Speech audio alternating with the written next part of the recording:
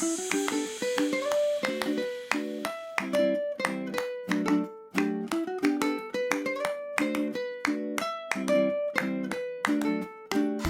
hello, and welcome to Super Great Kids Stories, wise tales from storytellers around the world, which will make you laugh and sometimes cry. Recommended for ages 5 to 105. I'm Kim, and I love stories. Hello, Super Great Kids, and how are you? I hope your week was good. We've had a happy time looking at all your competition pictures. So, if you sent us a drawing, thank you very much. You made us smile. We'll be announcing the winners just after the story. Now, could you think how you would start a story if you were going to tell one? For example, fado, fado, fado, or mouth open, story, jump out. Have a think while we have a quick word with the grown-ups. Ready? Off you go. Hello, super great grown-ups. Do you sometimes fall into a recipe rut? Do you wish you had a magic pot like a Nancy, which at one tap turns out inspiring new healthy meals for your family? Well, HelloFresh can't quite do that, but they can give you over 40 recipes to choose from, do all the shopping and meal planning, and when you get home after a long day, ta-da! There are all the ingredients on your doorstep, pre-portioned and ready to cook, along with pictured step-by-step recipe cards. What I like about HelloFresh is that my older children are happy to unpack the box, follow the recipe, and get that warm glow that comes with cooking a healthy meal. Hurrah! What's for dinner tonight? Herbie veg tray bake. Go to hellofresh.com/50supergreat and use code 50supergreat for 50% off plus free shipping. HelloFresh, America's #1 meal kit. Hello, super great kids. I'm back. Did you decide how you'd start your story? Maybe crick, crack? Or back in the day when animals could talk? Oh, there are so many ways. Did anyone remember the opening from Kenya in Kiswahili that we learned last week? The storyteller says, hadithi, hadithi. And the listener replies, hadithi njoo. Well, a gold star if you got that one. Right. Time for our storyteller, Baden Prince, who's going to tell us the story about Brer Rabbit and the Big Wind. Brer Rabbit stories are told particularly in the Caribbean and in the southern United States. Brer is short for brother. So you get Brer Rabbit or Brr Rabbit or Brer Wolf. Now, this is not a how and why story. It's what I call a just because story. Just because I like it. But Baden would call it a Brer Rabbit story. Brer Rabbit is a trickster, a bit like a Nancy. This is a new trickster who we've not met before on Super Great Kids Stories. Sometimes you get trickster rabbits popping up in African stories too. Remember the story about Kojo the rabbit? Ready for our story? Let's give a warm welcome to Baden Prince. Hi, it's Baden, back with the crew from Super Great Kids Stories. I come from an island called Antigua, which is in the Caribbean, one of the smaller islands. Most people will know Jamaica, of course. Some people will know Barbados. But I'm from one of the smaller Leeward Islands. It's called Antigua. 365 beaches. We say where land and sea make beauty. And it's 108 square miles of absolute perfection. And here's a really interesting fact about Antiguans. Antiguans don't swim. So we go to the beach every Sunday morning and we might go in up to about waist height and you stand around in there and throw some salt water on yourself to, clear your skin. And then you head for the nearest tree and some shade. There are some guys who do deep water swimming. but most sensible Antiguans treat the sea with a lot of respect.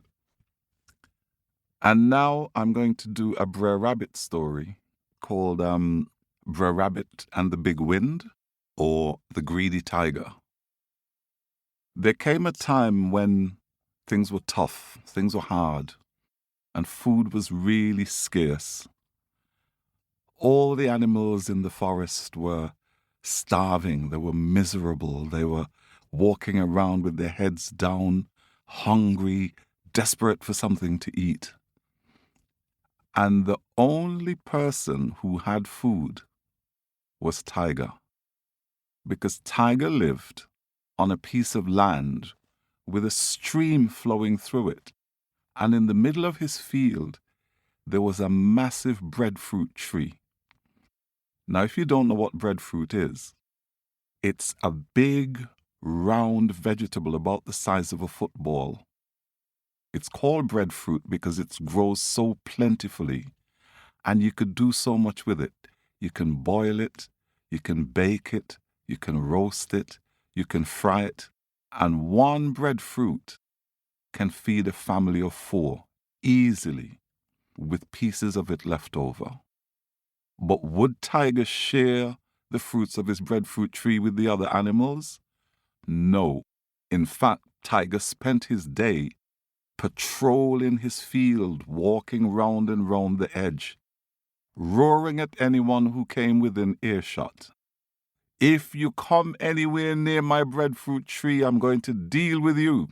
The poor animals were all so sad and dejected. They were sitting around, crying and moaning. Look at Tiger. Why is he keeping all those breadfruits to himself? Why can't he share some with us?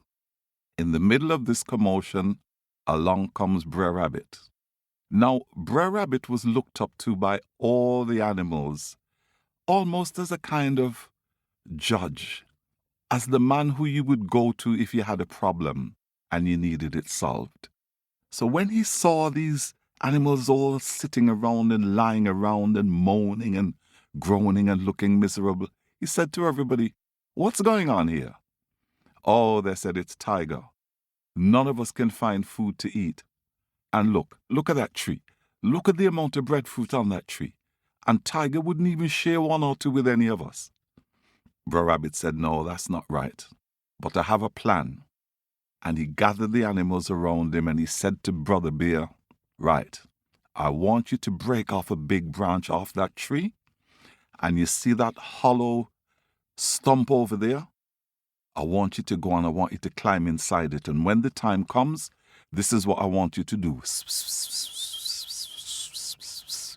And he whispered something into Brother Bear's ear. Brother Bear said yes, and off he went. And then he called all the big birds of the air: buzzard, eagle, vulture, falcon, hawk. And he called them and he said, "Now I want you guys to climb up, fly up to the tops of the trees and perch on them, hide yourselves among the leaves. And when the time comes and I give you this signal, and don't forget," and he whispered the plan into their ears. "Yes, Brer Rabbit," they said, and off they went.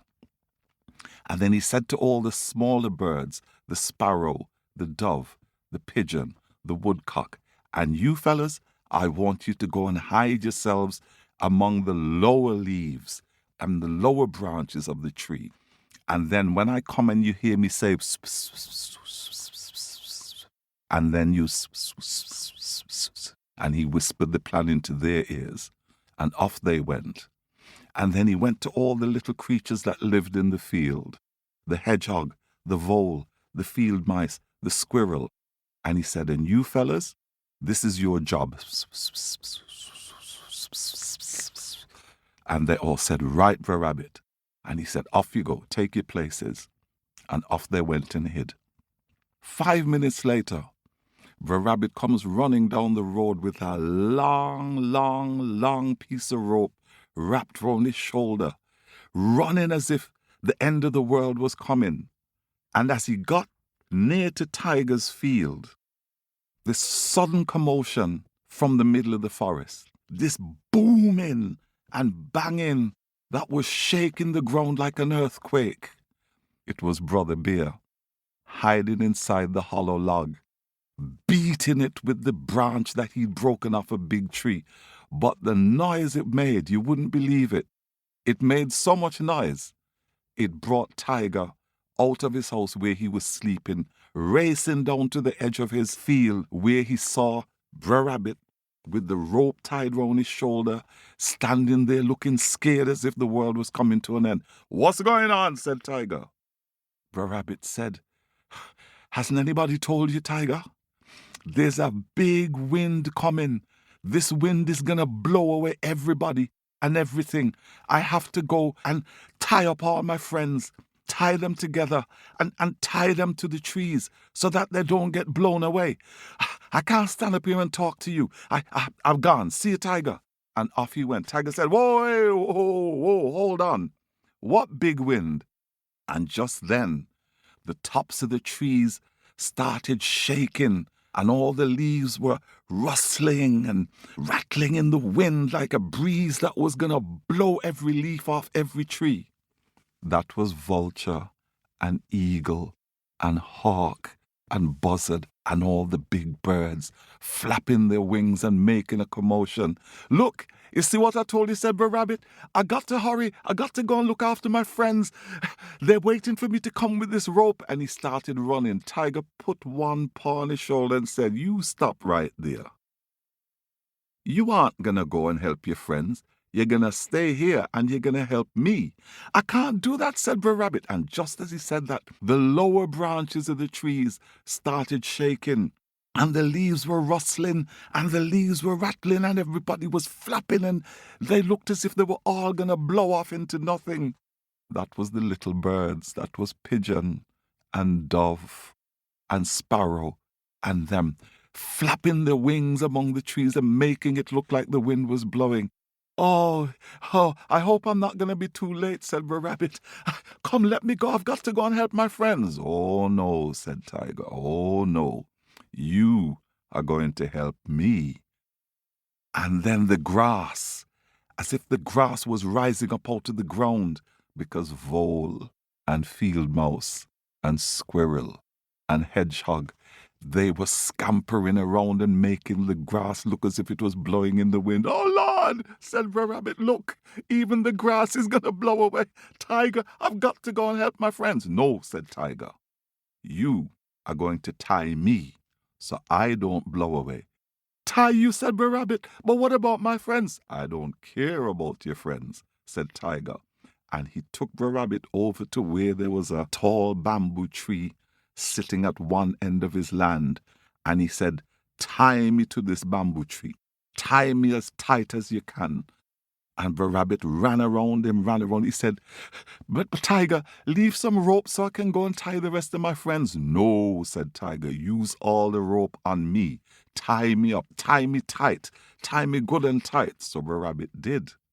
And then he said to Tiger, "Okay, try and move now. Let me make sure that when the wind comes, it can't blow you away." And Tiger, and he twisted, and he turned, and he tried to move every muscle and every sinew, but he couldn't budge. At which point Brer Rabbit said, "Good." And he turned and he clapped his hands. And suddenly, all the rustling at the top of the tree stopped. All the leaves rattling at the lower branches of the tree stopped. The grass stopped waving, and all the animals came out, including Brother Bear with the big booming inside the hollow trunk. And he said, "There you go. Go and help yourselves to all the breadfruit and all the water that you want. Go and get your buckets. Go and get your gourds. Get food and take home for your families." "What about Tiger?" they said. "Tiger," he said, look over there by the bamboo." And there was Tiger tied up tight, growling, furious, but he couldn't do a thing to stop them. And that is how Brer Rabbit dealt with the greedy tiger. Crick, crack, hard work break my back.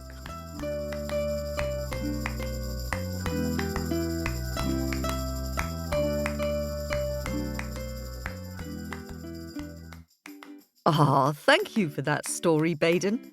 I wonder what you think that story was about. What was the little lesson in it for Tiger? See what you think and see if your grown-ups agree with you. Now, super great kids, it's time to announce who won the t-shirts and the colouring books for our drawing competition. I have to say that it was extremely popular and we were really pleased that so many of you shared your pictures with us. But that means it was very hard to choose only 10 winners since all your drawings were so good. And we'd have liked to have given a prize to every one of you. So, we've chosen 10 winners and we're going to say the special mention to the 5 runners-up. Ready? Roll the drums. Here are the names of the 10 people who won this competition. I'm reading them in no special order. August, who is 4, drew a beautiful picture of an orange elephant from the Indian story How the Elephant Got Its Trunk. And Dash, who is 8, from Illinois in the US, drew a considered drawing of the phoenix, complete with lots of colourful birds, from the Chinese story How the Phoenix Got Its Colourful Feathers. And Evra, who is 6, from Washington in the US, drew an imaginative picture of the giants shrinking in the pit of fire from the Native American story How the Mosquito Became. And Taya, who is 3, from Australia, has drawn a smiling sun from the Colombian How and Why story Marina and Merino about how the salty sea became. And Harper, who is 6, from New Zealand, made a beautiful collage of a multicoloured phoenix, complete with flowers and leaves, from the Chinese story How the Phoenix Got Its Colourful Feathers. And Julie, who is 7, from Dublin, drew a brilliant, detailed and witty story map of the Irish story How the River Shannon Became. And Mira, who is 6, has captured incredibly well in cartoon style the Inuit story Why the Whale Has a Sad Song. And Sage, who is 9, has drawn a sophisticated picture of the African story How the Leopard Got Its Spots in pen and watercolour. And Jemima, who is 9, from South Africa, has drawn in coloured pencils a beautifully observed picture of all the different birds from the Chinese story How the Phoenix Got Its Colourful Feathers. And Isha, who is 6, from the US, drew a considered drawing of the rainbow snake from the African story How the Rainbow Got Into the Sky. Well done, all of you. You'll be getting a t-shirt or a colouring book in the good old-fashioned post, what we call snail mail. So bear with us as they wing their way across the globe to you. And here's a special mention to the 5 runners-up. Clara, who is 6, drew a very stylish picture of the young warrior, complete with lots of fanged snakes from the South American story How the Snakes Got Their Poison. And Gaia, who is 5.5, from Adelaide in Australia, drew a detailed and happy picture of the animals hugging each other from the African story How the Stars Got Into the Sky. And Lev, who is 6, from Australia, has drawn a stylish pink spotty salmon from Irish story How the River Shannon Became. And Mason has painted a fabulous picture of the English story Why Crocodiles Sleep with Their Mouths Open. And Olive has drawn a beautiful rainbow snake, complete with scales and slithers of ice coming down from the clouds. Well done. Thanks very much to all of you for taking part. Story Owl has been excited and delighted to see such lovely drawings.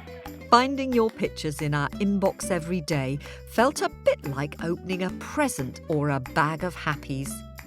You can see all the inspiring pictures on our Facebook page at facebook.com/ Super Great Kids Stories. And now, some thank yous and hellos to our very own owlets who've recently hopped into our nest and joined our Owlets Club. And hello to new owlet David, who is 6 and from Bloomington in Minnesota in the US. David loves dinosaurs and dragons and listens to Super Great Kids Stories every night.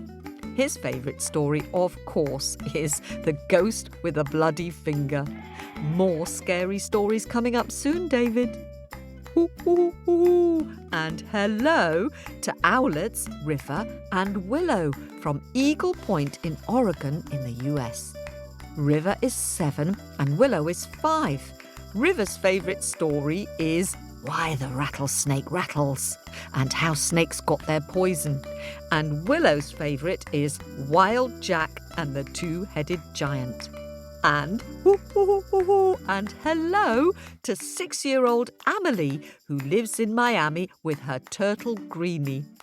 She also sent us a great picture of Labismina, the snake sister from Brazil. And to owlets in Australia, Lev, who is 6, and Shemi, who is 3. Welcome to the club.